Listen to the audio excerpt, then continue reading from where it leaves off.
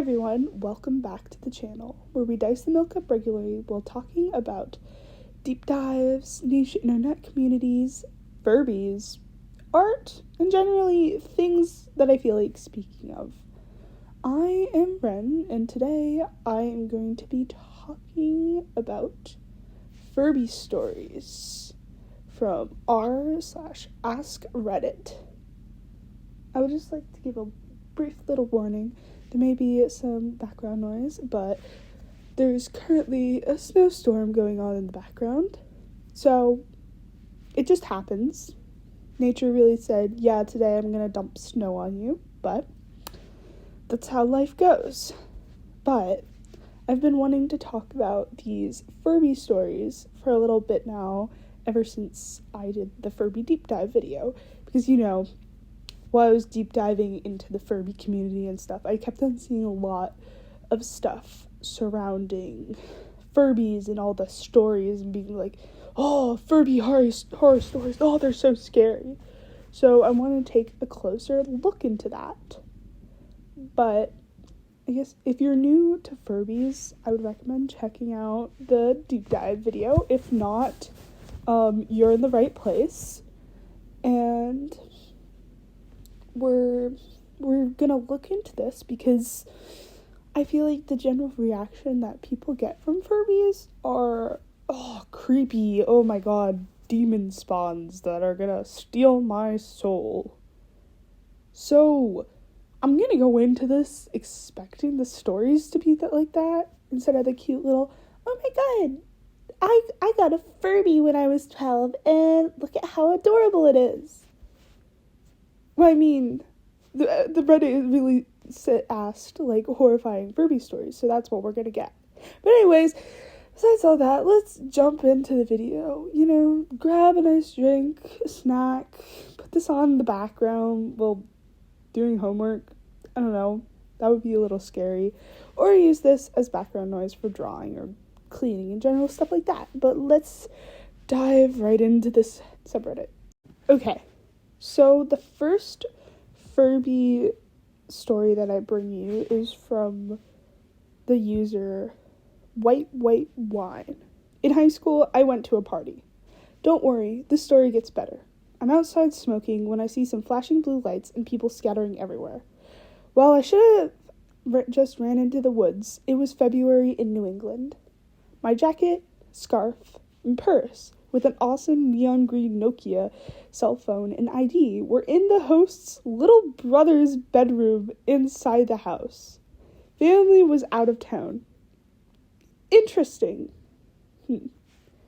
So 4 of my friends and I ran upstairs to get our stuff and get the hell out of there. As we were putting on our coats, some random dude runs into the room, slams the door, turns out the lights, and yells at us, get down, you're fucked. We all start freaking out and decide to hide in the closet. That looks like this. Just picture a random closet. Here, there's a picture of a closet. I'm pretty sure that dude jumped out the second story window. Okay, another disclaimer. I haven't read it. I skimmed over these, but so these are my general first reactions to it. Anyways, we're hiding in the closet when we hear footsteps. The door opens and see flashlights moving around. I hear a police radio and we start holding our breath, scared shitless, and all of a sudden, someone must have moved slightly. And all we hear is, I want to play! Tickle me! I'm hungry! Or some shit. Someone had bumped into a motherfucking Furby in this little kid's closet. One cop said, what is that? And another said, I think it came from, and opened the door to find 5 terrified 16-year-old girls. Oh god. We ended up getting a friend's mom to pick us up. But our private school found out from the cops and tried to suspend us. They didn't succeed, but it turns out it was one whole ordeal caused by one little Furby. Oh my god. Okay. I don't know how to react to that, because it's I don't know. Because, with my Furbies, they don't have batteries, so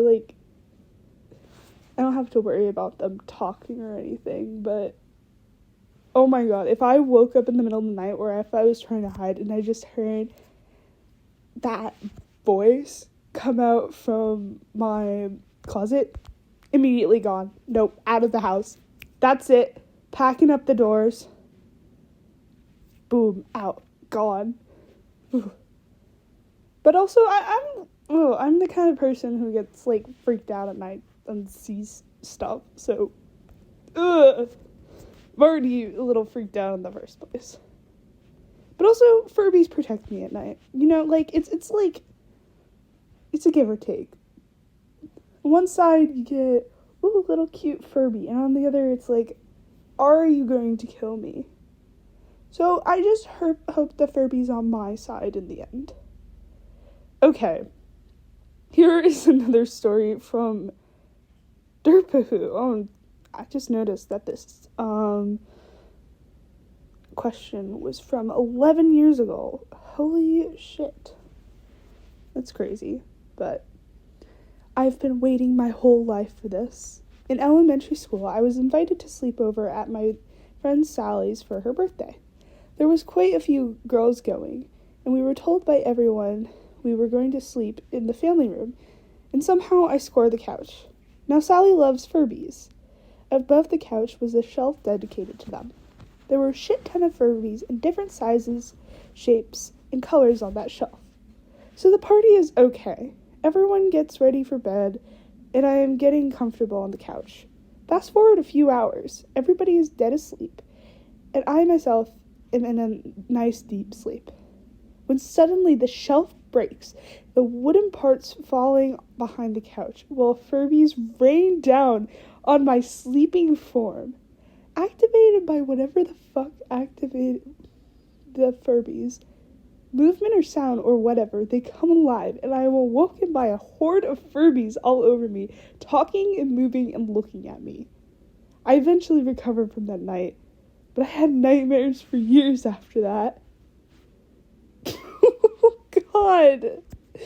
Oh. See, it's like, I've had nightmares of, like, shit falling on me in my sleep. So it's like, on one hand, I love Furbies, but oh my god, if one fell on me... And this is, like, more context about my room. I have, like, those movable ceiling panels. You know, like, the ones that can just pop up and it shows, and you, like, can get into the attic. So I swear to God, if a Furby fell out of one of those, I would be like, this is how I die. This is how I go out. Like, I love you to death, Furby, but also, nope. The world has already chosen. My time has come. I will give it up without a fight. Oh my god. Okay. Oh. Okay, the next story is from Boblabon. Okay. One of my elementary school friends' house burned down. Electrical, no funny business, and no one was hurt. So we were trying to get some of the boxes of his and stuff, and trying to find anything that was salvageable or still usable. I poured his charred husk of a Furby out, and looked at it for a second. As I'm about to throw up in a trash pile, it starts talking. I flip shit and whipped it into the road, where it gets run over by a passing ice cream truck. We go to investigate, and its mouth is still opening and closing, but no sound came out. The thought of it still haunts me to this day. God, those must have been, like, some pretty good mechanics in batteries. Like, oh my god. Just to be able to be like, yep, I've been lit on fire and got hit by an ice cream truck and still keep on going, like, oh my, like, oh my god, that Furby did not want to die. I feel bad for the Furby, but at the same time, bro kept on surviving. Like, that Furby was like, I'm gonna make it a point to be alive. But I also think at that point you should just take the batteries out and put it out of its misery. Because, like, that poor Furby. That poor Furby. Okay, here's another one by I Am Not Spartan. When I was younger, my family moved to New Hampshire because of my dad's job, so almost every weekend we would visit our house in New York. One of those 3.5-hour car rides, I brought along one of those baby Furbies to entertain me. Out of nowhere, the Furby started freaking the fuck out and making strange noises and really loud, high-pitched chants. The bottom where the batteries was overheating to the point where it was almost too hot to touch, so we scrambled around the car for a screwdriver to remove the batteries. We couldn't find one, and the thing kept on getting hotter, so I think we threw it out the window. Oh my god. Yeah. This is making me thankful that I don't have batteries in my Furbies. 'Cause, that malfunction must have been scary as hell. Yeah, you don't deal with that, because you're like, this Furby's about to combust, so might as well chuck it. I mean, it doesn't sound like they were in a position to just, stop and be like, yeah, there you go, Furby, put you out of your misery. So I guess that works instead. Just give it a good old chuck, good old bye-bye, Furby. Okay, here's another one by Pattycakes86. My sister and I both received them for Christmas, though we didn't ask for them. A few weeks later, we were playing Barbies in our room when the two Furbies started talking for no reason with their creepy voices. From that moment, we knew they were evil, or at least possessed by tiny demons, so we decided to throw them away. We did, and they showed up next morning on our dresser that was right next to our bed. Scared us even more, so we decided to destroy them with heat. My mom had a Showtime rotisserie oven that she bought off of TV.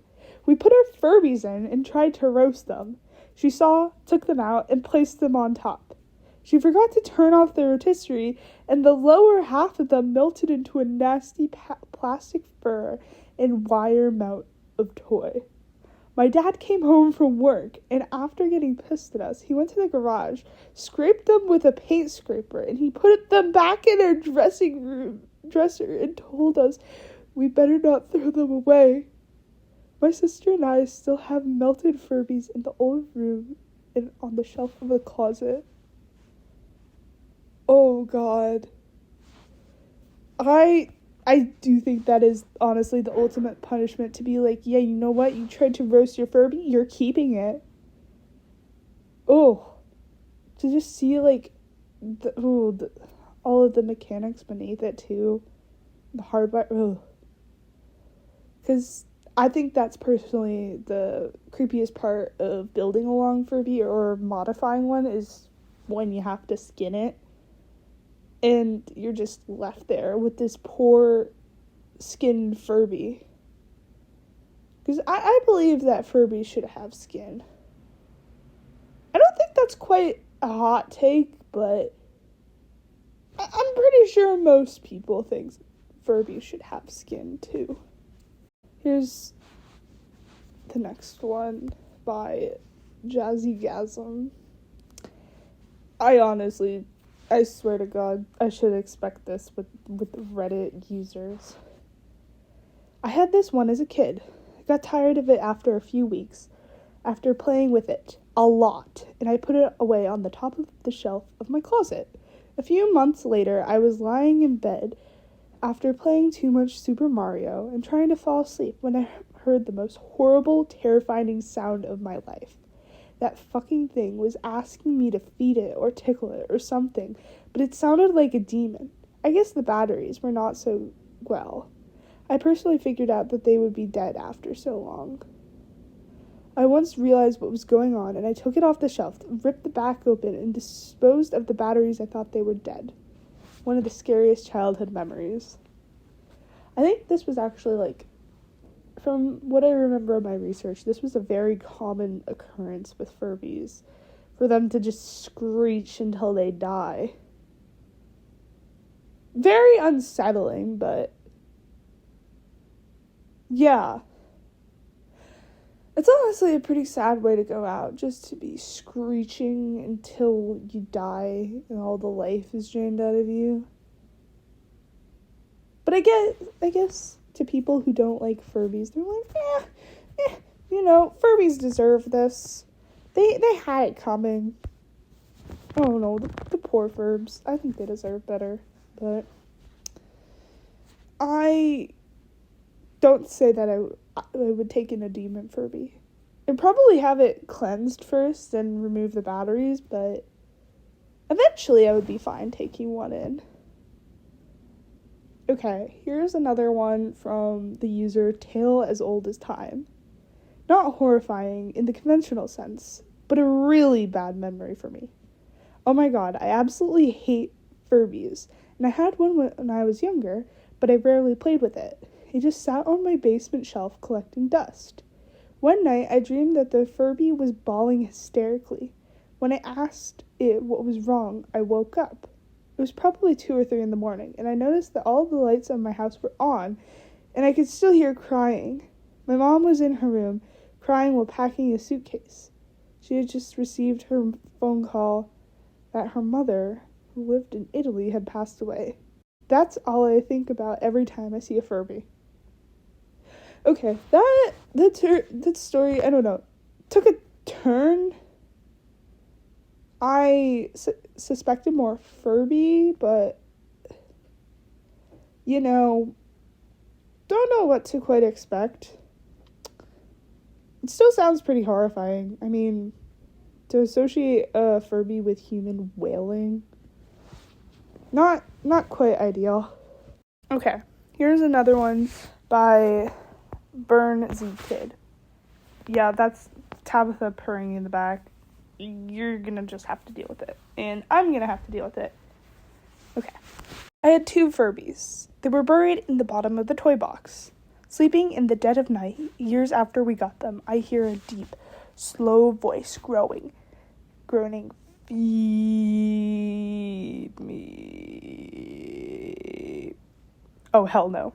I screamed and ran up to my parents' room, woke them up, both. They had to come into my room to get the monster away. They go digging around in the room until we hear it again. "Feed me," it said. More screaming and crying.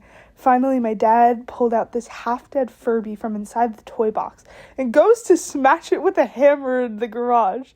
Still had nightmares from that one years later. I'm just picturing the image of someone just smashing a Furby with a hammer. It's like, no, we're not gonna remove its batteries with a screwdriver. Yeah, we're just gonna go straight smash it. Yeah, with a hammer of all things. I don't know, it just feels somewhat comical of just like, yeah, you know what, son? Furby's dead. Gotta go smash him out back with the hammer. It just says everything, honestly. It really does. Ooh, this one is from a deleted user. I tried to sing Graham's lullaby to my dog Rascal as it calmed him down while we crate trained him. My Furby was off, sitting on one of my bookshelves. One night, I finished getting the dog into the crate, sang it to him, petted him until he was settled, and reached up to switch off the light. As the room went dark, I slowly climbed in my bed, and the Furby's eyes slowly opened. It sang the beginning of Bram's lullaby. Its eyes were closed. I stared, frozen. The next few seconds were a blur. The dog launched into hysterics. I drove for the crate and fumbled the latch and grabbed Rascal by the collar, and we ran to my parents' room, me screaming, Rascal growling and barking. By the time my parents had been awakened and had staggered into my room, the Furby was full on possession mode. "Wayloo! Wayloo!" it cried, ears flapping up and down, eyes blinking, mouth open and closing, making snapping noises each time it shut. "Ah! Ah! Ah!" it beckoned. My dad grabbed the horrible thing off the shelf and heaved it over the balcony. It fell and landed with an excruciating crunch. Way it held from below. Then it began to whir, the high-pitched mechanical grinding whir. As it spasmed and twitched, Mom held me tight, and Dad and Rascal headed down to the stairs. Rascal seized it, worrying it, trying to break its non-existent spine, and Dad stormed into the garage, returning with a hammer. Between the two of them, they destroyed that Furby, plastic and fox fur scattered around the living room. Horrible. Horrible. Well, there's something I didn't think I would see. 2 hammer stories back to back. Yes, we love smashing Furbies with hammers. But also, I probably would have done the same in that situation. Ugh. I know, Tabitha's looking at me weirdly, but I was really scared of dolls as a child, so I just would have died. I would have been like, you know what? I'm no longer here. Nope, don't exist. I would have been like, yep, this is my fate. I would have accepted it again. I probably would have accepted it a lot more if the Furby was screaming next to my pet, but yeah, I'm like, Furby, take me now. This is how I go out. But anyways, that's gonna be the last story that I do. I'm gonna end it on that note. There's still a good amount of Furby stories, so I think I might do a part 2 of this. But yeah, I don't want to leave this video way too long. It's just a Furby story video. Nothing much. Just general Furby stuff. But thank you for watching the video. If you like listening to me talk about Furby stories with a little bit of commentary, make sure to hit that like button and subscribe for more. My content is a little all over the place, but I'll tell you the one thing that's consistent: my personality. Yay! But at this point, I just consider myself screaming into the void, and if people scream back, then yay! Good for me! Tabitha looks really concerned right now. I know, Tabitha. I am concerned too. Oh, yes. As of recording, it's currently 10 o'clock on a Tuesday. Pretty reasonable time. It's also 26 minutes. I'm gonna need a lot of editing because, contrary to popular belief, I'm not that good at reading things out loud. And this is actually a lot better than normal. But I don't know. I guess it's better to read things out loud to myself when I'm in a room alone. But, oh yeah, also, thank you for all the new people coming to my videos. Again, y'all really like the sketchbook videos, which is good, because I like making them. And yes, as of recording as well, we have 75 subscribers, 25 away from 100. Honestly, it doesn't even feel real to have 25, not 25. See, I'm still thinking that way, 75. Because yesterday it feels like I just had 2, and I was like, you know what? Let's just start. I have 2. But anyways, thank you for watching my video. I keep on repeating again, but may the Furbies keep you from the other Furby demons. May they protect you from the malintended Furbies in this world. The mistreated ones. The demon-possessed. And I hope you have a good day, good week, good night, good year. And I shall protect you from the scary Furbies. Goodbye.